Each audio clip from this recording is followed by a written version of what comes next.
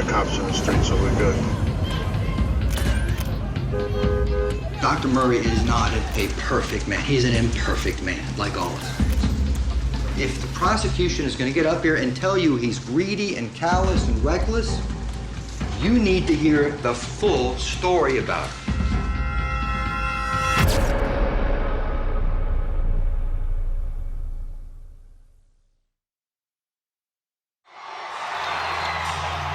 I love you so much.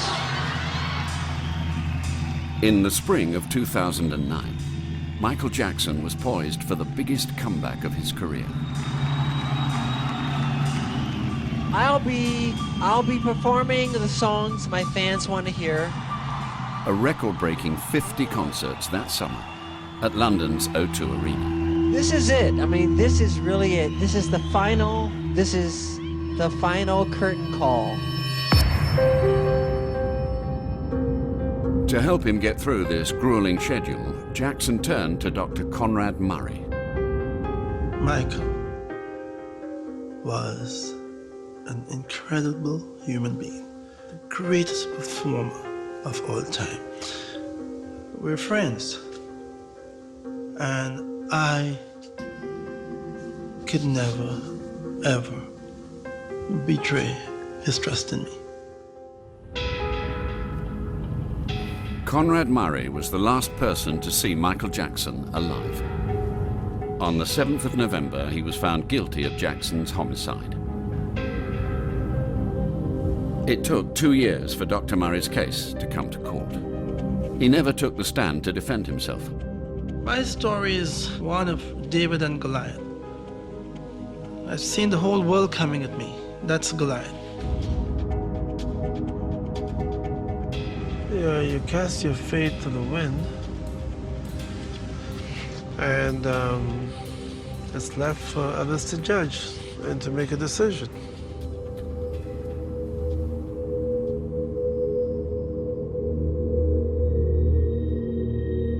Conrad Murray, as the doctor on scene, had a legal duty of care to use his best medical judgment to do no harm to Michael Jackson. He left this vulnerable man filled with Valium and midazolam and lorazepam and propofol with no medical monitoring equipment, no necessary resuscitative equipment. Conrad Murray's actions directly caused the death of Michael Jackson. We believe that the evidence will tell you this, that Michael Jackson wanted to sleep for 10 hours, was frustrated, unable to sleep, and his doctor would not give him propofol, the drug that he wanted. And Michael Jackson swallowed up to 8 lorazepam pills on his own, without telling his doctor, without permission from his doctor. And when Dr. Murray left the room, Michael Jackson self-administered a dose, an additional dose of propofol, and it killed him. And it killed him like that, and there was no way to save him.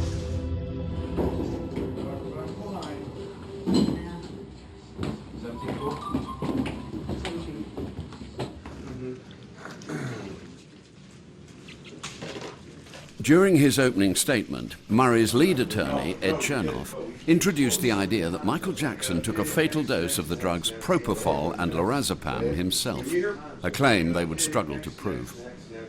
What I was going to say is Michael Jackson killed Michael Jackson, but because it was such a... It looked like, that would look like I was going after Jackson. I had to explain that, change that whole thing. I think the whole notion that you laid out that it was lorazepam that killed him, I think it went...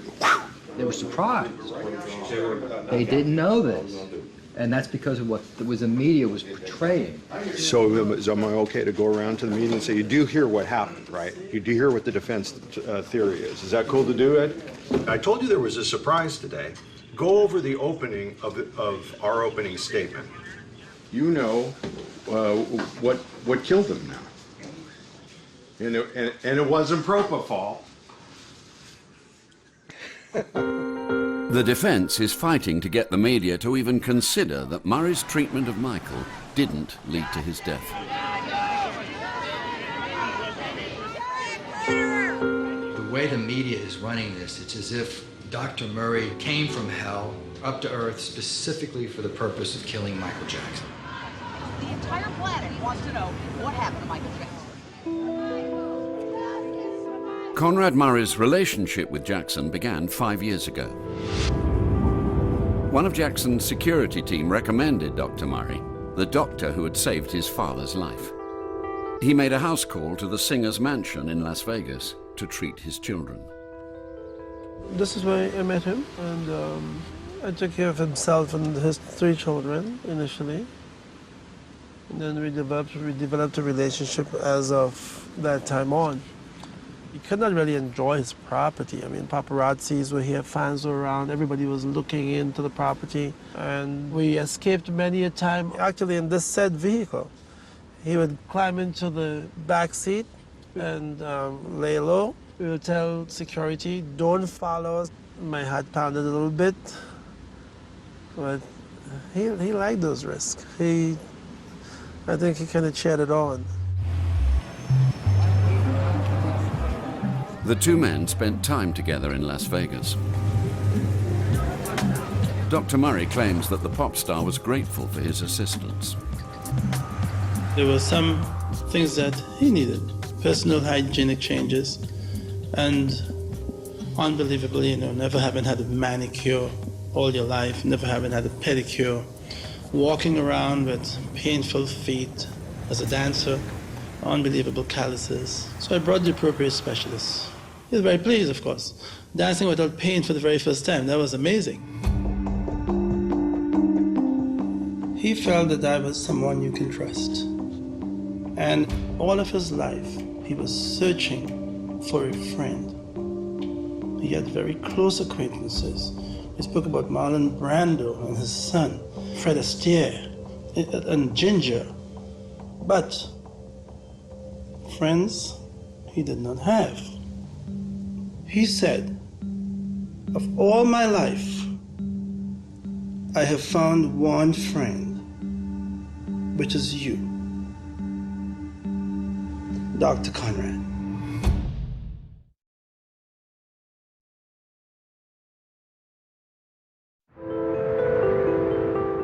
The Los Angeles County coroner ruled Michael Jackson's death a homicide.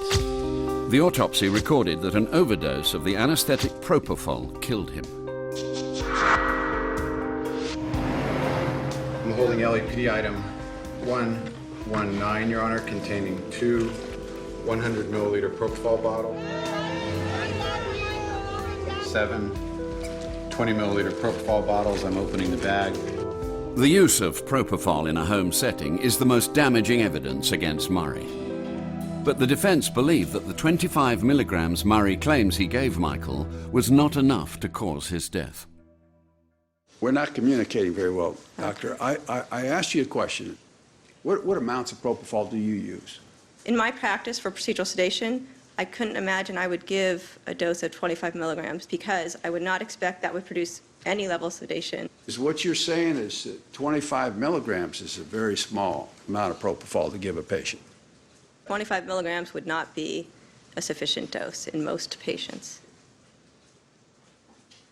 You had some really good feedback about your performance when you get broke the mood right there. We needed that one. Yeah. Well, she would start off with 60 milligrams. Doctor starts off with 25. He's obviously not over-medicated.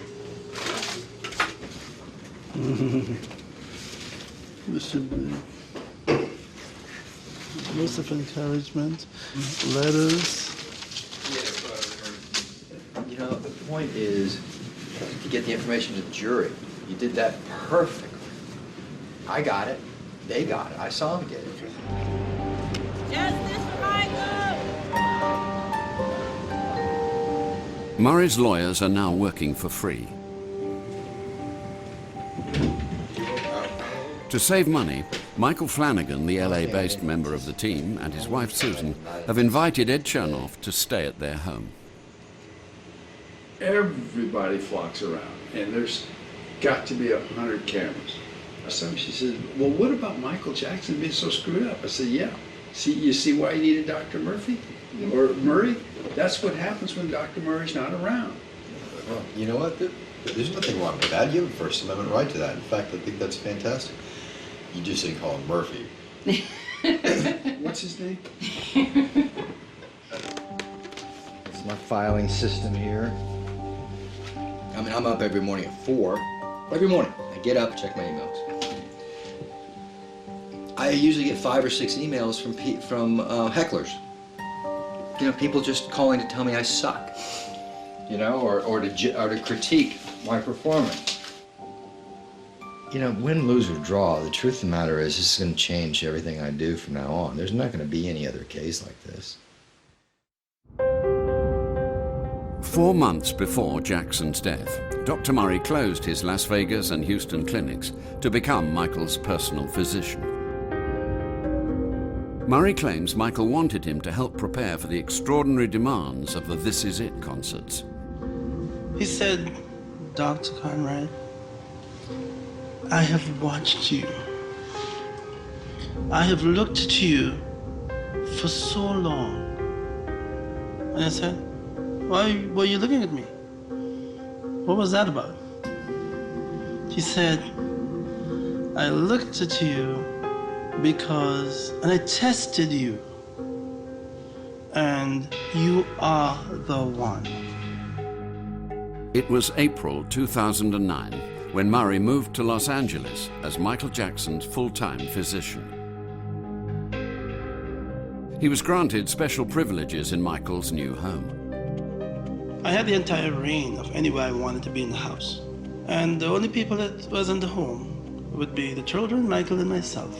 Security never permitted to come into his house. There was a second bedchamber and adjoining bathroom, which was off limits to everyone but Michael. He always had a chamber that was exclusively his. And that chamber was reserved and completely locked down. Not even the maids can go in there. The children would go in there with him once upon a while, but they always walked in there together. So that was off limits. The bedroom that he slept in, where I worked with him during the night, that I had to persuade him eventually to have it cleaned.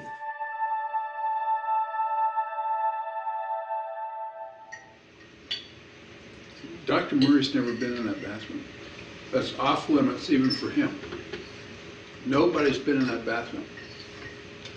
And it looks like it hasn't been cleaned for months. When those pictures start coming out, and the public finally gets to see what that bathroom looks like, what are they going to think? Well, he's as weird as... Amazing in his field, in music. I think the media made him appear weirder than he is. The LA Times, a paramedic said Jackson was not breathing when they arrived at his home. The paper also... After being widely blamed for Jackson's death, Murray had a spiritual revelation. The darkest moment occurred within the first few weeks, commencing with the passing of Michael. But as of July 15th, 2009, 3 a.m., things changed. The Holy Spirit came to me, and I could feel the warmth. I can see his face. I can see his garment as he came down to touch me. He lifted me out of that